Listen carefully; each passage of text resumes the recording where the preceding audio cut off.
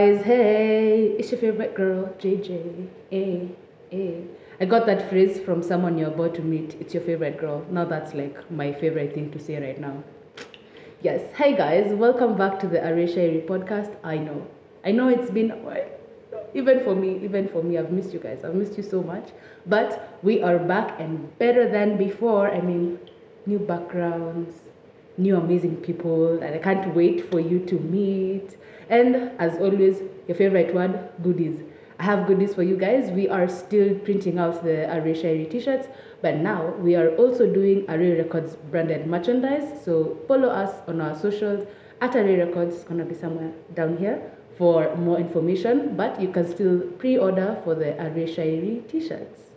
And now, this one I have to prepare myself, because the amount of energy that's going to come out of this episode, guys, you're going to feel it from where you're watching it from. Like, you're going to be able to feel it. Today, I am going to be talking to a very, very special, amazing, and close friend of mine that we met in the industry, and a very, very beautiful relationship has budded from that. And she is incredibly talented, a multidisciplinary artist that I cannot wait for you to meet. Ladies and gentlemen, help me welcome Corinne Kahi. Thank you. Should get those things for pressing, and then we have the sound. yes. Yes. Add them, post. I'd drop down, guys. If you have a link for that gear, holla at your girl. Hi, darling. Hi. Welcome, finally. Hey, I know. Finally. I've been waiting. I'm like, am I not good enough for this podcast? What's happening? So when I got the call, I'm like, oh, finally she's recognized my greatness. Yes. I mean, we're doing the music production classes in April. Yeah. And this last one that we just finished, I mean, multitasking was just literally I get impossible. it. So I think we were saving it for you and this beautiful energy. Thank you. So welcome so very, very much. We absolutely love having you here. And now we are about to gossip. So, are you ready to tell the world about Corinne Kahi? Are they ready? Yeah. Are you ready? Yeah. All right. So, as tradition, we always start with the origin. So, as a poet, your stage name is Kahi. So, why did you settle on using your name as your artist name? Let me tell you, when I was in high school, because I've always been like a poet and musician. Yeah. And I always had this stage names. I went through Dreamer's Child or something. Dreamer's Child? Then I was called Child of God, Don't Ask. And then COG. And then I was called Orion. And then, no, the thing is, I have this thing that makes I get over things really quick. Okay. So I would get over those names. I'm like, no, I'm over it and whatnot. So yeah, it reached then this is Kahi, Lady Kahi. Even I actually was in the industry earlier when like after high school, I was going by Lady Kahi. And then at a point I was just like, man. So literally it's, my name is the one thing I will never get bored of, because it's my name. It is your name. So I was like, it's not like I'll reach a place and I'm like, I'm so tired of this. Yeah. So that's how Kahi, I just settled for it, and was like, because it's a good name, and then no one knows where you're from. No one knows where you're from. I'm a Lunje chick, but like no one can tell. A lot of people actually think it's Kikuyu. And I'm like, no, it's not. Please don't call me Kahi. Yeah, because it actually sounds like the short form of a longer name. Yes. Just Kahi. Yeah. Oh, cool. I always advocate for using your own name because you cannot get more authentic and more original than your own name. True. So let's start with your poetry journey. When did you start doing poetry? I think I was 16. No, not 16. Okay, class 8, I started writing a few things here and there. Yeah. But in Form 1, I think is when I said, I was writing weird stuff. Oh my gosh, I was going through this phase, emo phase. I was like, I do not like everyone should just off themselves. It was weird. It's like you versus the universe. Exactly. Yeah. So a lot of my poetry, I would just write down my feelings and write down all the anger or pain and things that I'm feeling. Were you just venting, or you were intentionally writing poetry? I was intentionally writing poetry because I was writing it in a poetic form because I've always liked creative writing. So it just happened. Then because me, sometimes I have main character energy. I used to go to class and perform them in front of people. Like during that time before like the teacher comes to class, after class, or preps at night. Your girl was there with my poetry book, and I'm like, guys, listen to what I've written. I have something to say. I'm like, I don't care if you're a fan, if you're not. That's how I started writing poetry, and then it just grew from there. So even after high school, like, this is one of the options that I have. Not options, this is one of the things I'm going to do with my life. So you already had like a background of creative writing to assist with the writing. So you write your own poetry. Yes. All right. So when did you transition from written to performance poetry? Now you see that time when I was going to perform in front of people. That was performing. So that's when. Because I was like, I've written. So I was like, I can't just then at that time, to be honest, in high school, poetry, when you think about it, you remember it's the ones we were studying and you had to break down. So we kind of did like poetry, exactly. So we had a really bad perception to poetry. So I was like, I'm not going to give people my poems to read because that's PTSD. So I was like, I'll perform it because I know I'm a very eloquent speaker. And I think I was more I sound nice when I talk. So I was like, also it's the voice as well. Yes. All right. Yes, we can second, guys. Like, drop a comment about this voice because we know you feel it. All right. So how many years would you say you've done poetry, give or take? This is 2007, and now we're in 2020. Okay, I keep getting. I've told people. So that's about. Okay, I'm so bad at maths. This is why I'm a poet. I'm not a mathematician, but from 2007. Yes. Yeah. Okay. What challenges have you encountered since you started interacting with written and performance poetry? I mean, it depends because at first I was doing it just for myself. Okay. And then when I got into the outside world, like, I need to make money. And at that time, poetry was not a thing because this is 2011 when I was out of high school and you're trying to make a thing here and there. And it was the most you would get at any poetry event was like 500 at that time. Fair to Yakurudi. And you're so privileged if you got that. So those are the challenges like, should I just forget this and get an 8 to 5? And, because you're not seeing where the future will go at that time. Profits, especially money-wise. Exactly. So the good thing at that time is when all these poetry events had started coming up, like Evo Poetry, Poetry Night, Poetry Sport. There were just a couple, mostly in churches, actually. But the churches have done a good job for poetry because they backed that like tradition and meaning of culture of poetry. A lot of the poets we've had on the podcast have actually can trace the history of performance back to church. Exactly. So I mean, there was one poem I did in like class 3 about peace. How didn't I remember it? Where is peace? Where is peace? Oh, where is peace? Will we find it? Where? No, we can't. Deep stuff. Yeah, deep stuff. Like class 3 also. It was deep stuff. Because where is it? Where is peace? No, for real, we are still asking. Yeah. Like even me now, I still have pieces where I'm like, that was beyond your time, but it's so true. Yeah. We didn't know we're gonna be struggling mentally and looking for peace everywhere. Well, it's fine. So those are those challenges. Not knowing how to package yourself as a creative and whatnot. But when it came to writing itself, I don't think I've ever necessarily had a challenge. Like there are times you have. It comes naturally. I'm sorry. You just got it. No, I'm joking. But you got it. There are times you have writer's block of some sort where it's not inspired, maybe because of circumstances happening in your life. And it's okay, but I also try not to stay in that space for too long. At the also inspiration.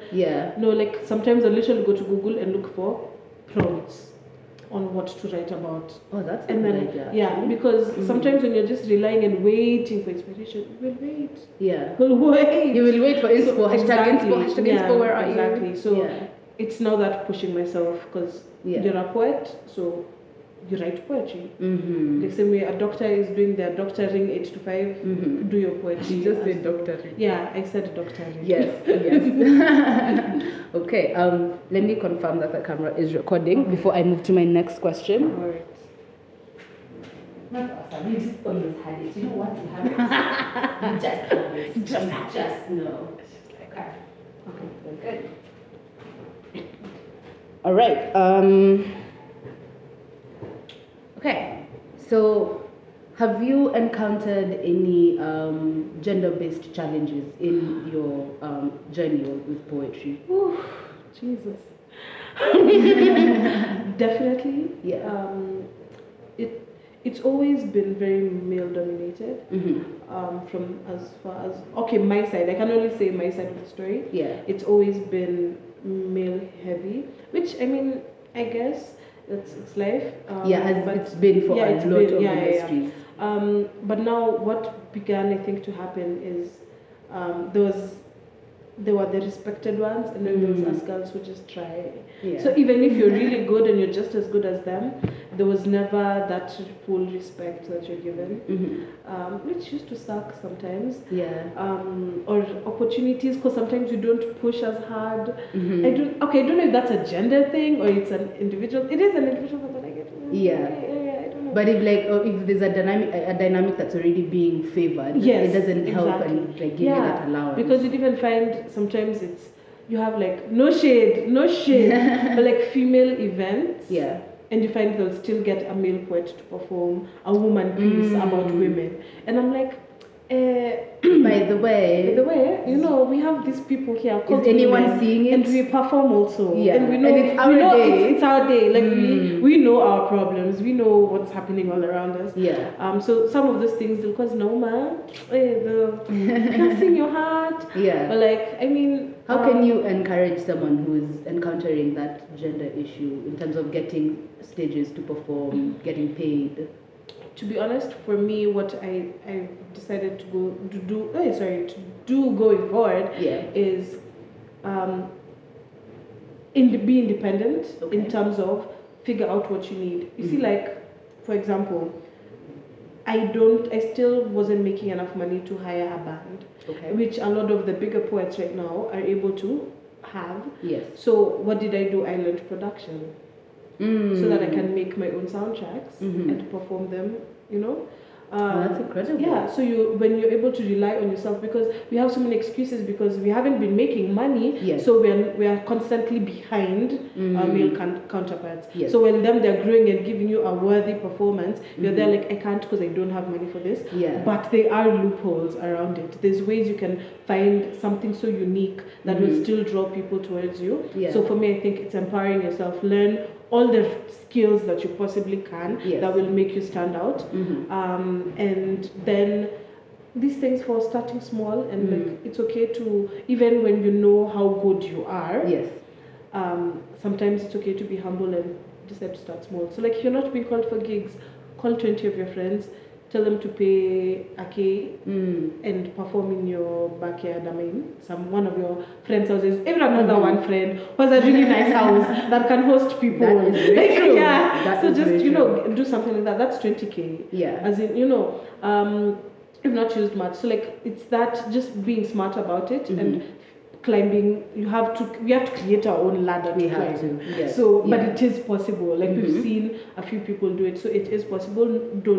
For women, let's not give up, because we have to fight. It's unfortunate, but I think it will make us better people in the long run. Yeah, and empowering each other as well. So if there's this mentality, and it's very, very toxic, about how as women we don't like each other. So if you reach out to your 20 friends, if 5 of them are chicks, only one of them will show up. And that one is probably the one who owns the house where you're going to perform. So I think also from my personal experience, empowering each other as a gender that's struggling to overcome all these barriers will be beneficial for us in the long run. So let's talk about your multidisciplinariness, because you do quite a bit. So what other forms of art do you engage with that support your poetry? Okay, I'm a poet. I'm a rapper and a singer-songwriter. I am an MC. I am. Why are things leaving my head? I'm an actress. That too. I'm like, come back here. It's a lot, and yes. I'm an upcoming DJ. What else do I do? You need it, I got it. Like I'm one-stop shop, guys. I'm a radio Nakumat producer. didn't die. Me. When it died, it came to me. I am Nakumat. Nakumat reincarnates. I'm a radio producer. I am a film producer as well. And now I'm a music producer. Triple music producer. Yeah. So and that's like seventh pole, Yes. 7th pole, 8th pole is more than triple. It's like 7th pole, 8th pole. Exactly. So how do these things inspire your poetry? Oh wow. Do they inspire my poetry? I think. They're all related. They're all connected. To me, they're all connected because my poetry is what birthed my rap career. Oh. Yes. Okay. Like you see those times when I was performing in front of people? Yeah. And I would do it in like a nice way and flow. Like I had flow to the way I was performing. Yes. And literally people are like, but don't know John is a rap. Like they were like, yeah, you can actually rap. And I was like, can I? That time was like, I'm not Tupac, I'm not Sri Nani. Like, most people Just rap. a small At that time time, Nicki wasn't even a thing yet. Oh my It was God. 2007. Yeah, so femcees were not like they were not common a thing. Like it was now only Lauryn Hill and Lil Kim and whatever who had died at that time. Like I mean, artistically not. So don't come after her, guys. Don't come after her. Please, those are my icons. Mistakes. Those are my icons. Yeah. So yeah, I was like, okay, fine, let me try and so I started rapping my poetry. Oh, yes. So that's how it started. So I literally attribute my whole rap career into poetry. Yes. And then also as a musician, I learned the creative writing started with poetry. Is when I started writing sing-song music. Music, yeah. Oh, that's not so a it's like term, everything has boomerang. It's okay after doctoring. We've accepted. Yeah. So like everything has kind of mimicked each other. Yeah. That's why I talk like this and make my own. I'm so sorry. We're ready. Okay, so everything is inherently connected. Yeah. So there's no places where they overlap.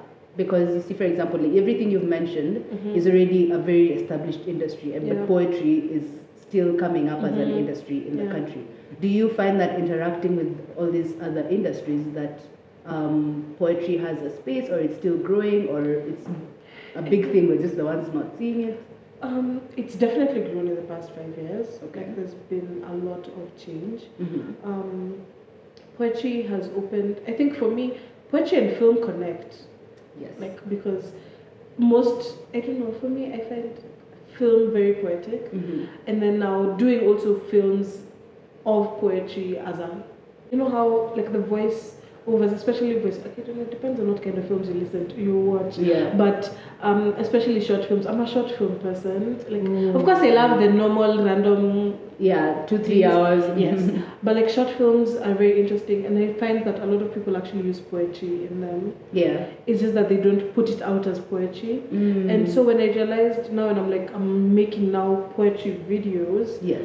I'm like, this is very interesting. Like I love seeing the words. It's like the words already come to life with the words, but now seeing it visually as a representation, it's really powerful. It's more life. It's like having twins. Exactly. Like the piece itself is life, but then plus the 4D and it's actually like almost 7D. Yeah. Yeah. Okay. So let's talk about your hobbies. What do you do for fun that inspires your creative process? Okay, I go for concerts. Guys, if you ever see us out there, please say hi. Yeah, please say hi. Because we go out. And then we dance. As we go, we dance. We scream. Until our voices go. If our voices don't go the next day, you didn't do your gig. In fact. Yeah, you went. What else do I do? I think I do a lot of. Okay, no, that's not a hobby. I was gonna say research, but that's not. No, that is actually in a way. Yeah, because like I love Pinterest is my friend, so I'm always looking for like creating different mood boards for different pieces that I want to do. Different, there's just from images. Yeah, from images. That's interesting. Yes. Okay. And then now when AI stuff have started coming up, and I'm like, I'm able to create something that only I have of what I think. Like when you're trying to imagine some weird creature that you want to talk about, and then you just create it, or you create a scene. Yes. I'm still figuring out AI creation, but for the few that I've done, I'm just like, wow! I think there's a really good opportunity there, like for creative writers to be able to visualize the abstract stuff that we have in our heads. Yeah. Using AI. I mean, if you can combine your piece with film and AI art, I mean, I get a clear picture of Kahi, like a wholesome picture, because you're represented in 3 different media. That's incredible. Yeah. So research, concerts. Yeah. And I think also, I don't know, I like being around creatives. I feel like it fuels me. So literally just putting myself in positions, hanging out with creatives, making my circle right now is 80% creatives. Hi Corinne's friends. Hi 80%. Hi so much. Because it does something. It fuels you. Like even when you're just randomly chatting to hang out and whatnot, there's always something that's sparked, like creatively, that just, I don't know, it's a really good thing. Also, there's this book. Yes. It's called The Artist's Way. It's life-changing for a creative. I forget the name, but I'll tell you. We're gonna put it down there in the description. Yeah. And it's mostly for people who have an artist block and you're trying to regain your creativity. And so it gives you different things that you should do. And one of the things they say is every day write 3 pages of whatever. It's like a brain dump, but they call it stream of consciousness. Okay. So they say just freehand writing. Don't think about what you're writing. Whatever is in your brain. But every day when you wake up, and you'll be amazed by how much creativity or ideas that are usually there. But then the moment you start lifing, because okay, I need to close, I need to eat, I need to they just go. It just goes. So and I found so many brilliant ideas, and you're just free writing. Yeah. And then I'm actually gonna adopt that as well. And the second thing they do is say every week take yourself on an artist date. So how she says it is your artist is like your child. It's kind of a different entity from you that you need to take care of. Like nikam mtoto wako. Yes. And she's like, so you need to feed it, you need to clothe it, you need to clean it. So you need to put it in the right conditions. So one of the things that she's saying, you need to take it on dates. So that things that will make it better. So whether it's going and buying yourself coloring books, so that you can wake up, or buying music, or just, I don't know, walking in a park or going to Bomas of Kenya and listening to guys drum, get that car. Exactly. That was amazing. Yeah. Yes. And there are certain activities that you do for the artist in you to grow. So that was really amazing because now it made me start thinking about it. I've not done most of the things in the bucket list, but I will. Yeah. But it's a really good book to help. We'll do it together. I'll be accountability partner because I want to do that as well. That's an incredible idea. That's incredible. I think that's going to be the title of this episode. Yeah. Take your artist date out. Your artist self out on a date. Yeah. That's amazing. Do you have any upcoming projects? Anything we need to be looking out for? Yes. Tell us about these amazing things that are coming up. So, I have 2 different projects. Okay, one, I have a music project and then I have a poetry project. Yes. For poetry, it's called Silence Experience. I don't know how much more I can say about it. Because it's silence, guys. Just wait. Just wait. Okay. But it's very, it talks a lot about mental health because I am very vocal about mental health when it comes to our creative process and like our lives in general, because creatives, there's always the chicken and the egg conversation. I'm like, does art make us mentally more susceptible to mental health issues? Or does the mental health issues make us creatives? We don't know, but like there's a correlation somewhere. There's a correlation somewhere, because I know there are people who are not in the creative industry struggling with their mental health, but you're more susceptible if you are in the creative space. So it's one of those things that I'm trying to figure it out through my art and through my poetry. So it's going to be a very visual and it's gonna take all your senses, for lack of a better word. It's an experience that's gonna involve all your senses. Yeah, so you're gonna engage all our senses. Yes. Okay. Get ready for sense engagement, guys. Yeah, get ready. It's coming actually in. It's gonna come in January. Ooh. So yeah, we're gonna keep posting those reminders, guys. People are going to be like, what happened? We're waiting. It's January. Yeah. Oh yeah, it will. Trust me. When it you will see it. Yeah. Even if you will see, and you'll be like, that chick, she was talking on the podcast. Yeah. That's fine. And then the music. So music, I have an EP that's launching.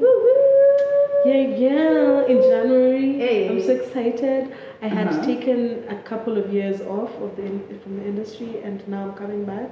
Yeah. So this is like my comeback. Yeah. But for me, I see it more as just a new artist. I consider myself a new artist because I'm rebranding. I'm not the person I was 5 years ago. There's a lot that happened, and yeah, I'm excited to now have people see the new me. It's really exciting. I hope you're ready, guys. Me, I'm excited. I'm so excited to see and hear the new Corinne. Yeah. That's awesome. And finally, because now we've brought it up, let's talk a little bit about mental health issues.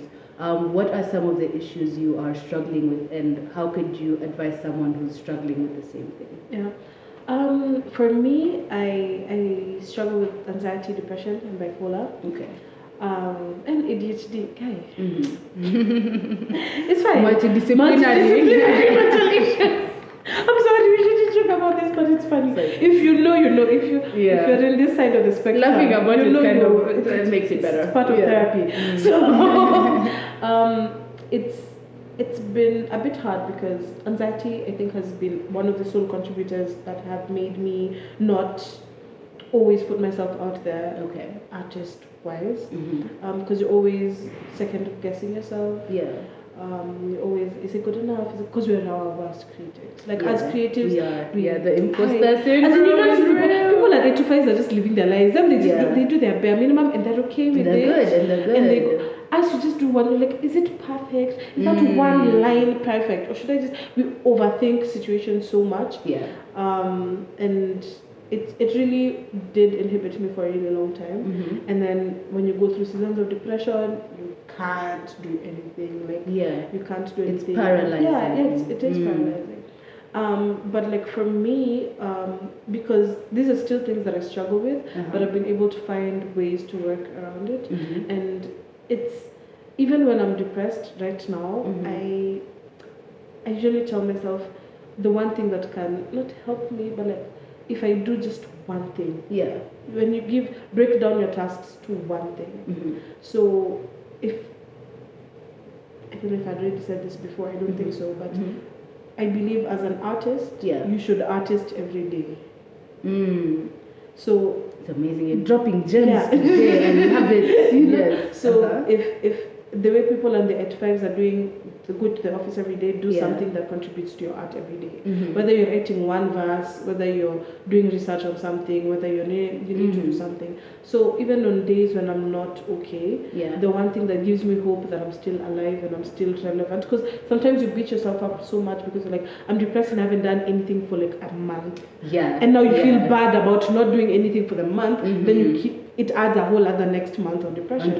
So I try to do even one thing. I'm like, fine, I don't have the mental capacity to create anything right now, but I can research and bookmark stuff that I know I will use when now I have the ability to take these things in. They're just small things that you can do, and if you can say today I'm looking for inspo, because I can't create, but I can listen to music that I feel can get inspired. So it's just those small things that have been helping me. Then now when you do something substantial, your mental feels better.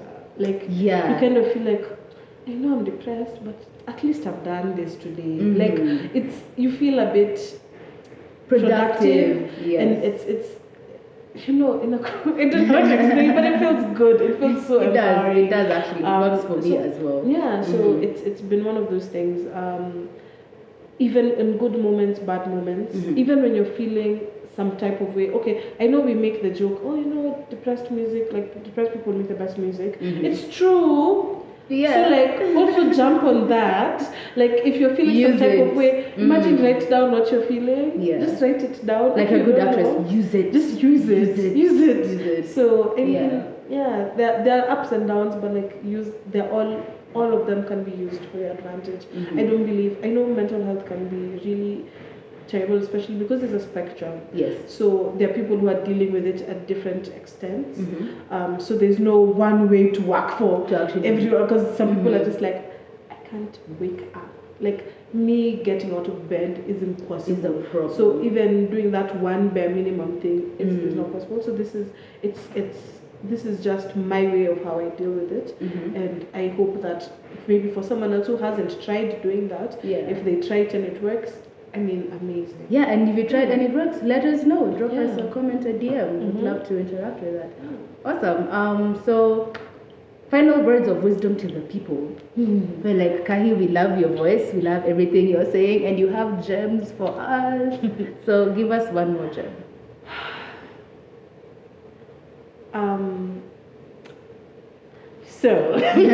Right. Okay, we're sitting up with guys. Yeah. Creativity is inborn. For whatever you believe in, I believe in God as the creator. And I believe that when He made us, He made us co-creators. It's even written in scripture, we are co-creators. And that wasn't just co-creators in the form that we give birth, because that would make us like any other random animal, because all animals give birth. Yeah. But there's a creative aspect that was breathed into each and every one of us. And one of the best way to tap into that is within yourself. And I know inspiration is amazing. It's good to know what's happening, like get inspiration of beats or sounds or whatever. All those things are amazing, but the most unique thing that you can find is within yourself, because each of us, it's like your fingerprint. Each of us have that thing out there in their creative process that no one else in this world can do. So that's what I always ask people to do. Find you inside. That's what is gonna take your creative space to another level, because you don't always have to try and copy or try and be like so and so. That's amazing, can get inspiration, but at the end of the day, make sure your core is within you. Okay, and you cannot, like I always keep telling you people, you cannot be more authentic than yourself. True. So the you in you, the you in you. So thank you so much, darling. Thank you so much. It's been amazing having you. I'm so happy we finally done this. I know, I'm so happy. I'm so excited for this. And now, ladies and gentlemen, we get to enjoy a performance from Kahi herself.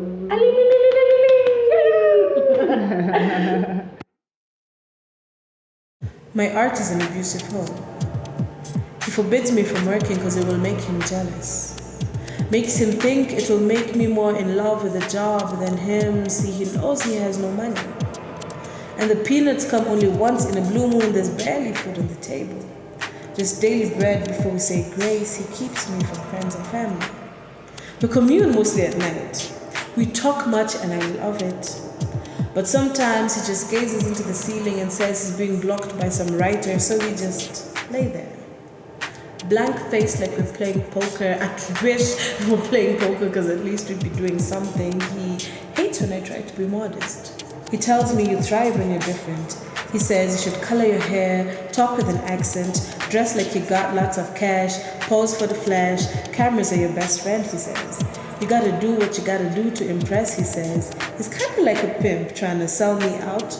He says image is everything. Even when he knows we ain't figured it out, he shackles my mind. Says no one will ever love me like he does. No one will ever get me like he does. He is the answer and the solution. He is the Bible and the prayer and all I ever needed for therapy. He is great. I mean, he's gonna be great one day. I mean, he's gonna be huge one day. This one day has been coming since I was 16 when he walked into my heart and promised me his inheritance. And now I'm almost 29 and I'm still waiting for it to show because all I've been doing is investing. But the profits are close to negative. Actually, negative. This lover of mine has been treating me negative. He walks out of it. Says he'll be back. And I wait on the door for 1 day, 2 days, 3 days, and now I'm losing my mind. My lover is gone. I hope he's not dead. I need my daily bread because this hunger is a dread. What lies ahead? I await his return. And in my sorrow I turn, I yearn for this lover despite his burn, and then he returns. Opens the door around 2 a.m. in the night, turns on the light and tells me to write as though I'm his right. I want to pick a fight because I haven't slept in days, and now when I can finally lay, he wants to take me up to flight. He wants to talk. He wants to tell me how we can be better, how I should write a letter to my haters and tell them I'm back like I never left. He did leave, like WhatsApp group. Well, I went right along with his script. I mean, he's my man. I mean, I chose him. I mean, he technically chose me, but like, he must know best. And now he's on my chest. He wants to rest but never invest. I feel like he's a test to just test my interest in this thing. Will I detest him or will I go east when he goes west? I hate that I love him. I hate that I chose him. I hate that he makes me happy. I hate that he makes me fulfilled.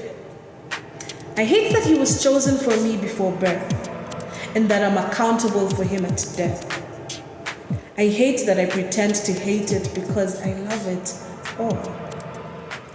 I love him all.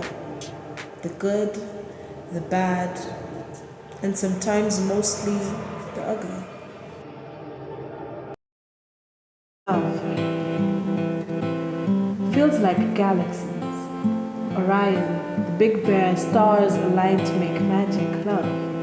Kind of like I'm somewhere in between being the smartest and the dumbest person in the room. Love, like, you make me silly. Like I'm 6 years old and my dad tells me I'm pretty. Or like when you wear a dress and it has pockets and someone tells you nice dress and you're like, yeah, it has pockets. I blush uncontrollably. Like my face turns pink. Or dark purple, cause like hashtag team dark skin. You make me feel like a queen. Forget Cleopatra or Nefertiti. You took a crown from eternity and called me me. I feel like I'm the only girl in the world the way you stare deep into my eyes, because you make me feel like I'm the only girl in the world.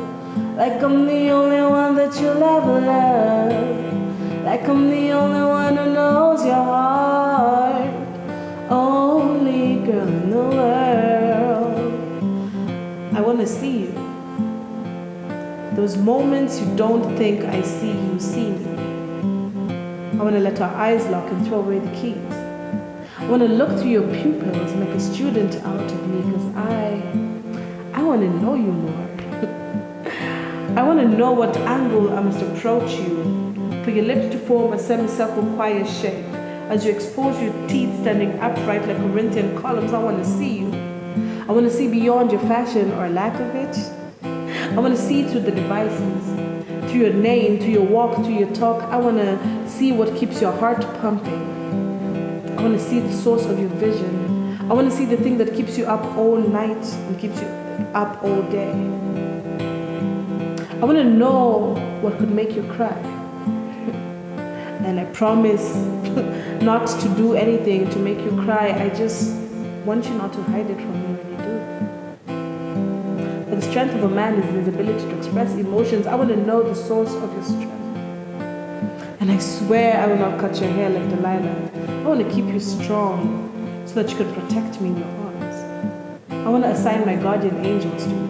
I want to keep you safe and answer your prayers to God. I want to hold your hand and walk into a sunset and let the sun set the direction for our love, because ours is the night sky. I want to gaze at you all the time. I want to wish upon your shooting. I want to study you, your past, your present, your future, because you are beautiful and you are light.